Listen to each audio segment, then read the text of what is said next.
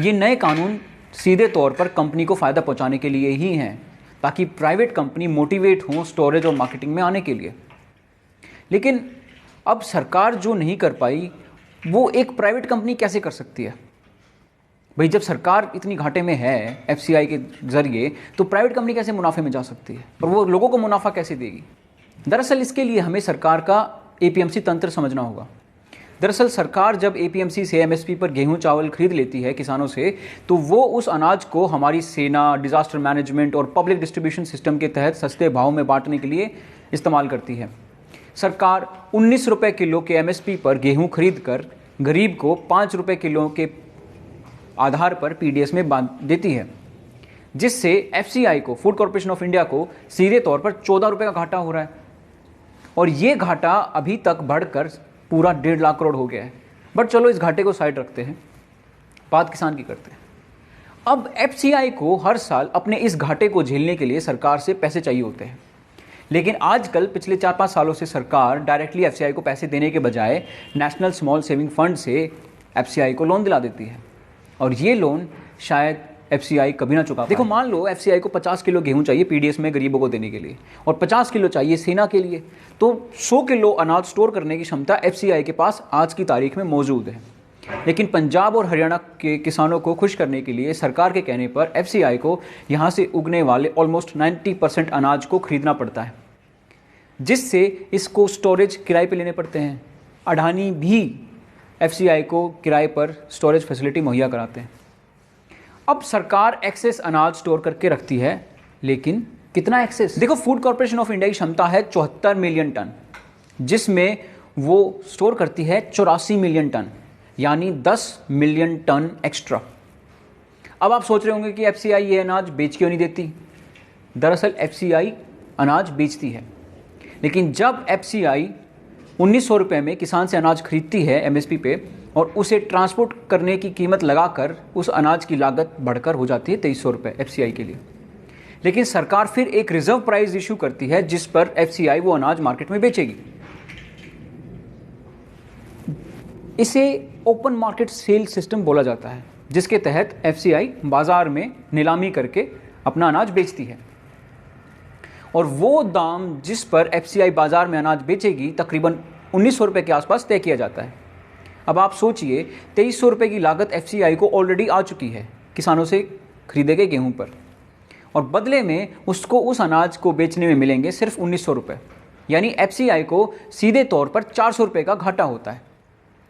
अब आप ये भी सोचेंगे कि इतना कम रेट काहे को सेट किया जाता है, यहाँ भी कंपनीज को फ़ायदा पहुँचाने का कुछ साजिश हो रही होगी।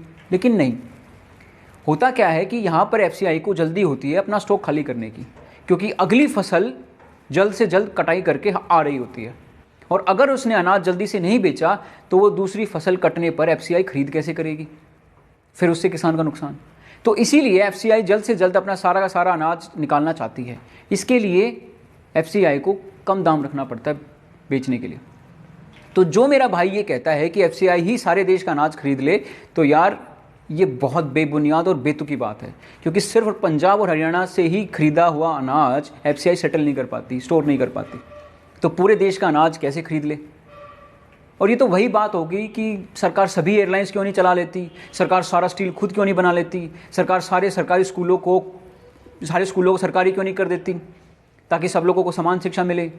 सरकार का जो ढांचा है वो बहुत सीमित है, इसीलिए जितने भी किसान नेता सरकार में किसी ना किसी जिम्मेदारी के साथ रहे हैं, चाहे वो हमारे चौधरी चरण सिंह हो या फिर हमारे चौधरी देवीलाल या फिर चंद्रशेखर, वो सब सरकार में रहते हुए इसी परेशानी को समझ गए थे, और उसके बाद उन्होंने इस सरकारी तंत्र को सुधारने की बात तो की, लेकिन सब कुछ इसके भरोसे छोड़ने पर कभी हामी नहीं भरी।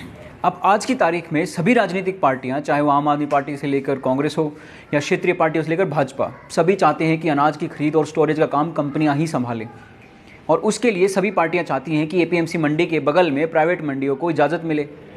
इससे फूड कॉर्पोरेशन ऑफ इंडिया को ज़रूरत से ज़्यादा मात्रा खरीदने और स्टोर करने से होने वाले घाटे से राहत मिलेगी। अब प्राइवेट कंपनीज़ को खरीद और स्टोरेज करने की अनुमति मिलती है, तो कई सारी कंपनी इस धंधे में उतर जाएंगी, और वो ज़्यादा अच्छी क्वालिटी का गेहूँ खरीदने की होड़ में ज़्यादा दाम किसानों को देंगे, क्योंकि पंजाब और हरियाणा में सीमित मात्रा में ही अनाज उगता है और यहाँ पर किसानों की मोनोपोली है। और क्योंकि ज़्यादा कंपनियां होने के नाते मार्केट में कंपटीशन ज़्यादा होगा, जिससे किसानों के पास ज़्यादा ऑप्शन होंगे और इसी नाते किसान को मिलने वाले दाम एमएसपी से कहीं ज़्यादा रहेगा। और मान लीजिए अगर यहाँ पे किसान को ज़्यादा अनाज का दाम नहीं मिलता, तो इसी के लिए तो लीगलाइज्ड गारंटीड एमएसपी की बात हो रही है ना, होनी चाहिए ना मांग सरकार से कि एमएसपी लीगल कर दो, ताकि एमएसपी तो मिले ही मिले। और एक बात और मैं आपको इस चीज़ में बता देना चाहता हूँ कि जो आपको ये मन में वहम है ना कि किसान से अनाज जब उग जाएगा तो कंपनी उसको एकदम से लेने से मना कर सकती है क्वालिटी के नाम पर, इन सब इशूज़ पे सर कंपनियां नहीं करती मना। उसका मैं एक कारण बताता हूँ आपको। हर कंपनी को अपनी मार्केट में सप्लाई कंसिस्टेंट चाहिए होती है, कंसिस्टेंट सप्लाई उसको बरकरार रखनी है।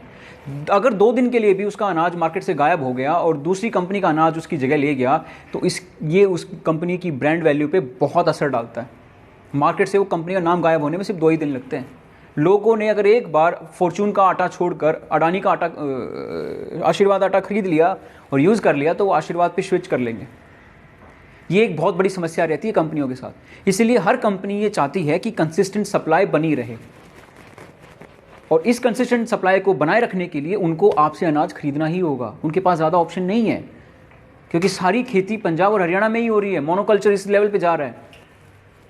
और रही बात ज़्यादा स्टोर करने के बाद दाम बढ़ाकर बेचने की, तो भाई साहब मान लीजिए अडानी ने अनाज किसान से 25 रुपये किलो में ख़रीदा और बिकते वक्त ज़्यादा मुनाफा कमाने के लिए उसने अपने अनाज के दाम 40 रुपये से बढ़ाकर 50 रुपये किलो कर दिया।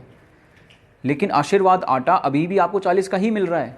तो क्या लोग अडानी का 50 रुपये किलो वाला आटा पसंद करेंगे खरीदना इतने महंगे दाम पर? ऐसे में आप इन कानूनों में एक लीगल एमएसपी का प्रोविज़न डलवा सकते हैं, ताकि एमएसपी से कम दाम मिले ही ना।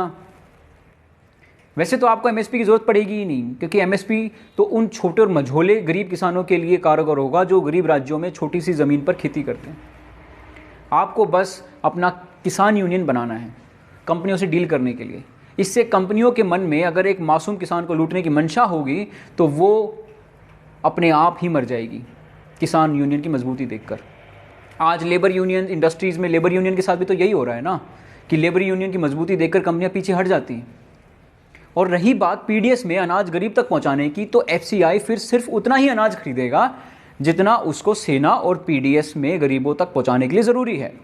और उसी के लिए भी एफसीआई पंजाब और हरियाणा का ही रुख करेगी। और प्राइवेट कंपनियों से कंपटीशन के चक्कर में उसको भी प्राइवेट कंपनियों के बराबर ही दाम देने होंगे, जैसे बीएसएनएल को compete करने के लिए करना पड़ रहा है जियो के साथ। जब प्राइवेट कंपनी अपने कोल्ड स्टोरेज लगाएंगी, तो उसी के माध्यम से एक नई तरीके की इकोनॉमिक एक्टिविटी जनरेट होगी, एम्प्लॉयमेंट जनरेट होगी, लोगों को रोज़गार मिलेंगे, आपके घर में इससे एक इकोनॉमिक रफ्तार मिलेगी और किसानों के बच्चों को अपने ही घर के आसपास नौकरी मिल जाएगी। ये मैं कोई हवाई फायर नहीं कर रहा हूँ, सिर्फ एक जैन इरिगेशन नाम की कंपनी है जिसके कारण पूरा जलगांव, महाराष्ट्र का पूरा जलगांव आज अपनी चैन से जीवन जी पा रहा है। गंगानगर के गवार किसान, 3.5 लाख गवार किसान अच्छे दाम मिलने की वजह से अच्छी ज़िंदगी जी रहे हैं। ऐसे ही पंजाब के आलू किसानों के साथ हो रहा है, जो पेप्सी के साथ मिलकर कॉन्ट्रैक्ट फार्मिंग करते थे। भाई देख, मैं नहीं कह रहा कि प्राइवेट कंपनियां संत महात्मा है। प्राइवेट कंपनियों को आप मुझसे ज़्यादा शायद आप लोग नहीं जान सकते। वो कोई संत महात्मा नहीं है, वो आपका कोई भला करने नहीं आ रहे, लेकिन वो आपकी दुश्मन भी नहीं है। जिस तरीके से वो मुनाफा कमाना चाहते हैं, उसी तरीके से उनको मुनाफा कमाना तभी मुमकिन हो पाएगा जब आपके हाथ में ज़्यादा पैसे होंगे, क्योंकि तभी आप उनका महंगा आटा खरीद के खा पाएंगे। अगर आप ही गरीब होंगे तो उनका अनाज कौन खाएगा? और रही बात कि वो आपसे 20 रुपये किलो में अनाज खरीद लेंगे और बदले में आपको जब आप खुद खरीदने जाएंगे अनाज तो 50 रुपये। यार पागल वाली बात क्यों करते हो? आप खुद किसान हो, आप क्यों आटा खरीदने जाओगे बाजार में? बात करते हो यार।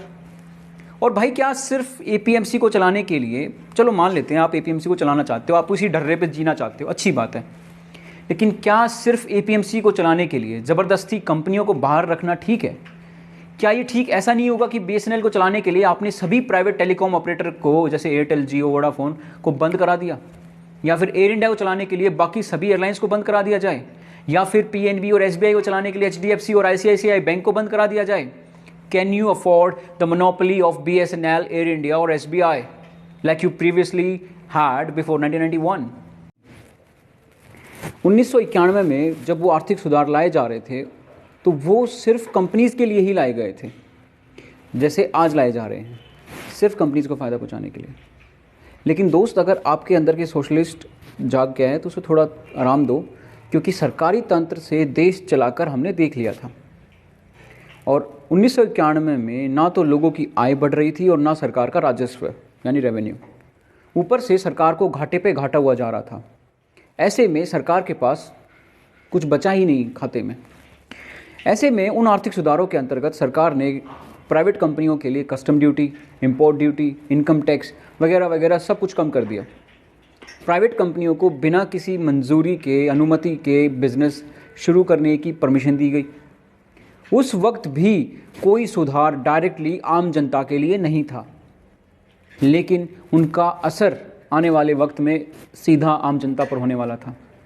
भारत में गरीबी 1990 में तकरीबन 70% थी, जो सन 2000 में घटकर 50% रह गई। यानी 25% लोग 10 साल में गरीबी से हटकर मिडिल क्लास में शामिल हुए।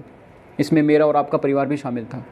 आप भी 1995 के दौर में गरीबी से मध्यम वर्ग की तरफ जरूर आए होंगे। खैर, सरकार ने 1991 में प्राइवेट कंपनियों को जो फ़ायदा दिया और नतीजा जनता के हाथों में ज़्यादा पैसे आए और उससे प्राइवेट कंपनियां और ज़्यादा अमीर हो गई।